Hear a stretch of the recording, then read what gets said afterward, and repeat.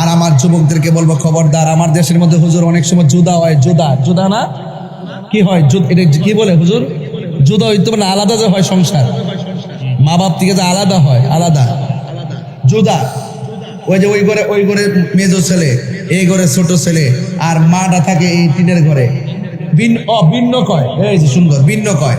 এই মা থাকে আলগা করে, আর ঈদের প্রতিদিন রমজানের যে ইফতার খায় সন্তান 8 প্রকার 9 প্রকার 10 প্রকার দিয়ে ইফতার খায়, আর মাটা জালালা দিয়ে তাকাই তাকে পানি না লয়ে বইয়া থাকে। আরে ফুতরে ফুত, মনে করছে রোজা হয়ে যাবো নাকি? তা অতই সোজা। মা বাপরে কষ্ট দিয়া খানায় কাবায় গেল, কোনো লাভ হইতো না। ওই সন্তান ওই ঘরের ভিতরে 8 থেকে 10 প্রকার আইটেম দিয়ে খায়, আর মা এই ঘরের মধ্যে 1 গ্লাস পানি নিয়ে ইফতার করে। আল্লাহ সহ্য করতো না। এই জন্য অনুরোধ করে বলবো, মাকে নিয়ে সেহরি খাবা, মাকে নিয়ে ইফতার করবা। মার মনে কষ্ট দেওয়া যাবে না, মা বাবার মনে কষ্ট দেওয়া যাবে না, মা বাবার মনে কষ্ট দেওয়া যাবে না। মা যদি ইফতার বানায়, মাকে নিয়ে ইফতার করবা। তোমার স্ত্রী যদি ইফতার বানায়, স্ত্রীকে নিয়ে ইফতার করবা। ইফতারের মধ্যে যদি কোনো লবণ মরিচ কম হয়, কোনোদিন মুখ খুললে বলবা না যেটা কম হয়েছে কেন, ধমক দিবা না। তোমাকে মনে রাখতে হবে, সে ইফতার বানাইছে, সে রোজা হয়তো চেক করতে পারে নাই, একদিন একটু কম হয়ে গেছে, ধৈর্যের সাথে গ্রহণ করে নিতে হবে। রোজা হলো আত্মশুদ্ধির মাস, রোজা হলো মানবতার মাস, সিয়াম রমজান মাস হলো মানব কল্যাণের মাস। এই কল্যাণের মাধ্যমে ভয়কে আলোকিত করতে হবে, নিজের চরিত্রকে গঠন করতে হবে। কথা বলা ঠিক?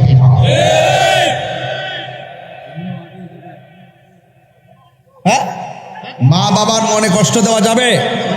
খবরদার। মা বাপরে রমজান মাসে, আরে বাপ তো এমন বাপ, নিজের ফোরান পাঞ্জাবিরা বালিশে নিচে রাখতে ইস্তারি করে, আর পোলা পান্দ্রে বাজার থেকে নতুন জামা কিনে আইনা দেয়। কথা কন ঠিক না বেটি? অন্তত পক্ষে এই রমজান মাসটার মাধ্যমে মা বাবারে বুকে আগলায় ধইরা সুন্দর করে রমজান মাসটা পালন করবেন। আল্লাহ রাব্বুল আলামিন যেন আমাদের সকলকে রমজানের যে পবিত্রতা, এই পবিত্রতা রক্ষা করার তৌফিক দান করে। শুধু তাই নয়, মা বাবার খেদমত করার জন্য তৌফিক দান করে। তবে খবরদার, খবরদার, সুদ খাওয়া যাবে? খাওয়া যাবে? খবরদার, সুদ খাওয়া যাবে না, ঘুষ খাওয়া যাবে না, এবং মানুষের হক মেরে খাওয়া যাবে না।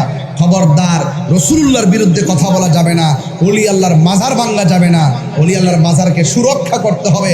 হ্যাঁ, যদি কোনো মাজারে বেহায়াপনা হয়, উলঙ্গপনা হয়, অশ্লীলতা হয়, সেই কাজগুলোকে ঘৃণা করে প্রত্যাখ্যান করে প্রতিরোধ কমিটি গঠন করতে হবে। কথা বলা ঠিক না বেঠিক? যুবকের কাছে অনেক দায়িত্ব আছে না নাই? বাবা যদি বৃদ্ধ হয়ে যায়, ওই বাবার দায়িত্ব যুবকের কাছে আছে না নাই?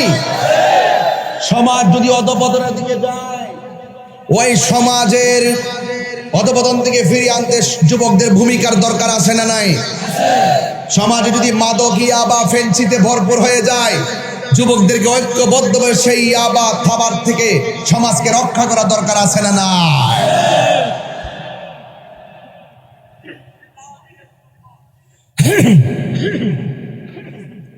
এই জন্য আমার যুবক ভাইয়েরা, আমি বলেছি, আল্লাহ বলছেন, হে ঈমানদারগণ, তোমাদের উপরে রোজাকে ফরজ করা হয়েছে, যেমন করে তোমাদের পূর্ববর্তীগণের উপরে রোজা ফরজ করা হয়েছে।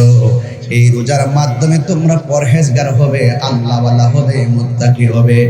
আর যদি মুত্তাকি হয়, মুত্তাকিনদের ব্যাপারে আমার আল্লাহ বলেন, যারা আমাকে ভয় করে ইবাদত করবে, তাদের ব্যাপারে আমার আল্লাহ বলেন, ওয়ালিমান খাফা মাকামা রাব্বিহি জান্নাতান। আল্লাহ রাব্বুল আলামিন বলেন, যারা আমি আল্লাহকে ভয় করে গুনার কাজ ছেড়ে দেবে, আমি আল্লাহকে ভয় করবে, আমি আল্লাহ রাব্বুল আলামিন তাকে একটা নয় জান্নাত, জান্নাতান, জান্নাতুন, আমি আল্লাহ রাব্বুল আলামিন জান্নাতান, তারে 2টা জান্নাত দিয়ে দিব। জান্নাত দেওয়ার মালিক কে? আরো বড় করে বলো কে? ইন্নালিল মুত্তাকিনা মাফাজান হাদাইকা ওয়া আনাদা ওয়া কাওয়াইবা আতরাবা। যারা আল্লাহকে ভয় করে বিজয়ের ঘোষণা করেছে একজন, জবান খুলে বলেন তিনি কে? ওই আল্লাহ রাব্বুল আলামিন বলেন, ওয়া'লামু আন্নাল্লাহা মা'আল মুত্তাকিন। দিন। জেনে রেখো যারা আমি আল্লাহকে ভয় করে তাদের ডানে বামে কেউ লাগবে না, আমি আল্লাহ রাব্বুল আলামিন রয়েছি। এজন্য আল্লাহকে লাআল্লাকুম তাত্তাকুন, এই রোজা এমন একটা ইবাদত তোমাকে পরহেজগার বানায় ছাড়বে। কথা কোন ঠিক কিনা? যালিকাল কিতাবু লা রাইবা ফীহি হুদাল লিল মুত্তাকিন। এই গোটা কোরআনটা মুত্তাকিনদের জন্য গাইডলাইন। এই জন্য আল্লাহ রাব্বুল আলামিন বলেন তোমাদের উপরে রোজাকে ফরজ করা হয়েছে। এই রোজা যেমন করে তোমাদের পূর্ববর্তী গণের উপরে রোজা ফরজ করা হয়েছিল, আল্লাহ রাব্বুল আলামিন অন্য জায়গায় বলতেছেন ফামান শাহিদা মিনকুমুশ শাহরা ফালইয়াসুম। আল্লাহ রাব্বুল আলামিন বলেন যখন তোমাদের সামনে রমজান মাস আছে, রোজার মাস আসে, তোমরা রমজান মাসে রোজা রাখবে। ওই রমজানে রোজা রাখার সিদ্ধান্ত দিয়েছেন কে? এই রমজানের দাম কম না বেশি?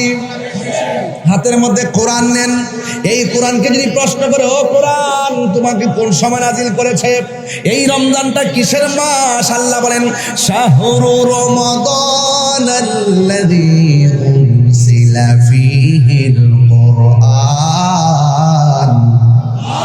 এই রমজান মাসটা হলো কোরআন নাজিলের মাস।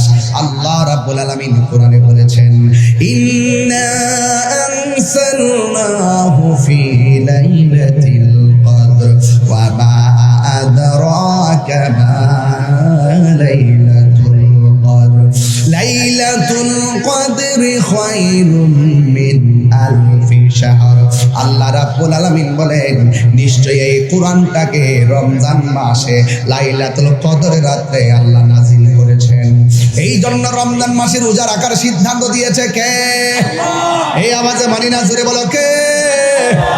রমজান মানে হলো জ্বালাইয়া দেওয়া, পুরাইয়া দেওয়া, নিঃশেষ করে দেওয়া। রমজান মানে হলো জ্বালাইয়া দেওয়া। রমাদান শব্দটি রমজান থেকে উৎকলিত। আগুন যেমন করে কাঠকে জ্বালাইয়া পোড়াইয়া শেষ করে দেয়, রমজান মাসে কেউ যদি রোজা রাখে তার গুনাহগুলোকে এমন ভাবে জ্বালাইয়া পোড়াইয়া শেষ করে দেয়। মান সামা রমাদান ঈমানান ওয়া ইহতিসাবা গুফিরা লাহু মা তাকাদ্দামা মিন যামবিহি ওয়া মা তাআখার। আল্লাহর হাবিব বলেন যেই ব্যক্তি ঈমানের সাথে সওয়াবের আশা করে রমজান মাসে রোজা রাখবে, আল্লাহ রাব্বুল আলামিন তার জীবনের গুনাহগুলি মাফ করে দিবে। আমাদের গুনাহ আছে না নাই? রমজানে রোজার মাধ্যমে গুনাহ মাফ হয় কি হয় না? রমজান এমন একটা মাস, আরে এই রমজান এমন একটা মেহমান। রাসূল বলেন যারা রমজান পাইয়া রমজানের কদর করতে পারলো না, তার ধুলায় দূষিত হয়ে যাক, তার জীবন ধ্বংস হোক। এই জন্য রমজানকে সম্মান করা লাগবে, রোজা রাখা লাগবে, সিয়াম সাধনা করা লাগবে।